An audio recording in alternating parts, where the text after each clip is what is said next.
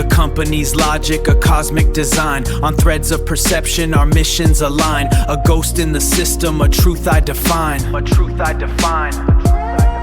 But deep in the fallout, the dream starts to bloom. A subconscious journey beyond the ops room. The blurry line whispers, dispelling the gloom.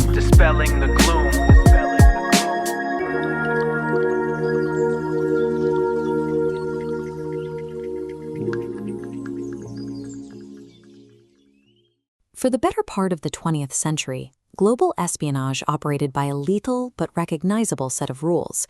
The world's intelligence agencies orbited the massive gravity of the United States and the Soviet Union, trading secrets through dead drops in Vienna parks and brush passes on Berlin bridges.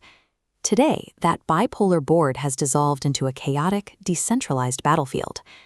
Take a beige two-story house in the New Jersey suburbs in 2010. Richard and Cynthia Murphy lived there with their 2 daughters. They complained about local traffic, tended their garden, and attended neighborhood barbecues. They were also highly trained operatives of the Russian Foreign Intelligence Service. The Murphys were part of Operation Ghost Stories, a network of spies known as illegals. An illegal is a deep-cover intelligence agent deployed without the safety net of diplomatic immunity. Their mission requires the slow, grueling work of absolute assimilation. They spend decades building banal, middle-class lives to inch closer to the academics, financiers, and policymakers who might whisper a secret over dinner. While they lived quiet lives, their tradecraft adapted to the Wi-Fi era. Another illegal in the network, Anna Chapman, utilized a modern update to the classic brush pass. Sitting inside a crowded New York coffee shop, her laptop would automatically establish a secure, peer-to-peer wireless connection with a Russian official driving by outside. They transferred encrypted state secrets without ever exchanging a glance or speaking a single word. When the FBI finally unraveled the network, it culminated in a cinematic exchange. In July 2010, the United States and Russia swapped captured agents on the tarmac of Vienna International Airport. Among those released by Moscow was a former intelligence colonel named Sergei Skripal, a decision that would trigger a massive international crisis 8 years later. The arrest of the illegals proved that human infiltration remains a critical, heavily funded priority. Espionage has permanently seeped out of the guarded walls of foreign embassies and relocated to the suburban house next door. By the mid-2000s, state-sponsored eliminations shifted into something entirely different: performative espionage. Assassinations were designed to eliminate a specific target, while intentionally leaving behind a highly visible, terrifying public message. In November 2006, Alexander Litvinenko, a defector and vocal Kremlin critic, fell violently ill after drinking green tea at a London hotel. His assassins had laced the tea with polonium-210, an incredibly rare and expensive radioactive isotope. Because it is almost exclusively produced in Russian nuclear reactors, it acted as a glowing, undeniable fingerprint of state involvement. The assassins left a highly radioactive trail across British Airways flights, sushi bars, and hotel rooms. 12 years later, Sergei Skripal, the agent released in the Vienna swap, was targeted in Salisbury, England. Operatives sprayed Novichok, a military-grade nerve agent, onto his door handle. They smuggled the toxin inside a modified counterfeit perfume bottle, which they carelessly discarded in a charity bin. A local resident found it, applied the liquid to her wrists, and died days later. Intelligence services were entirely willing to turn quiet English market towns into hazardous material zones. Yet the shadow war also embraces the totally absurd. This diagram illustrates the internal cross-section of a device the British planted in a Moscow park in 2006. What looked like an ordinary stone was actually a hollowed-out electronic dead drop packed with batteries and a transmitter. Instead of risking easily monitored face-to-face meetings, a British agent could stroll through the park. The moment they stepped within 20 meters of the rock, a hidden handheld device would automatically upload and download classified data over a secure Bluetooth connection. Intelligence agencies have even turned to the biological world. The Russian Navy has deployed trained marine mammals, like a beluga whale named Valdemir, who appeared off the coast of Norway wearing a camera harness to patrol sensitive naval bases. By 2025, researchers equipped living cockroaches with electronic backpacks, creating autonomous biobot cyborg insects capable of navigating ventilation shafts to record audio. The modern battlefield has entirely consumed the physical environment. The surveillance asset is now the literal fly on the wall, the rock in the park, or the glowing isotope in a teacup. Simultaneously, the macroeconomic targets of espionage shifted. Today, proprietary intellectual property is guarded with the exact same intensity as nuclear launch codes. In 2011, an Iowa field manager spotted a man kneeling in the dirt digging up corn. This sparked an FBI investigation that uncovered a massive corporate espionage ring led by Mo Hailong.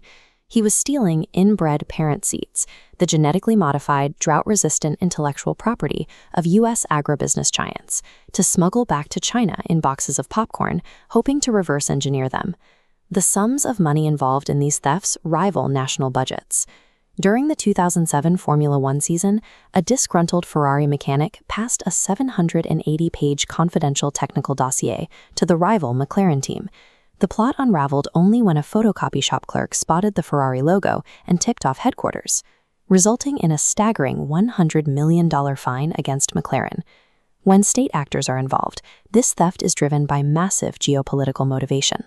Under initiatives like Made in China 2025, entire state intelligence apparatuses have been reoriented to acquire foreign aviation, pharmaceutical, and agricultural technology. The goal is absolute national self-sufficiency. In the 21st century, economic security and national security are identical. A single drought-resistant seed or an engineering blueprint holds enough value to shift the balance of global power. The front line has also moved directly into our pockets. In 2018, Amazon founder Jeff Bezos, a man with practically limitless resources for personal cybersecurity, had his mobile phone compromised by a WhatsApp message sent personally from a foreign head of state. This diagram illustrates a zero-click exploit, a highly sophisticated cyber weapon designed to compromise a device without any user interaction. Bezos did not need to enter a password or click a suspicious link. The phone's operating system simply received and processed a video file, which automatically triggered the malicious payload.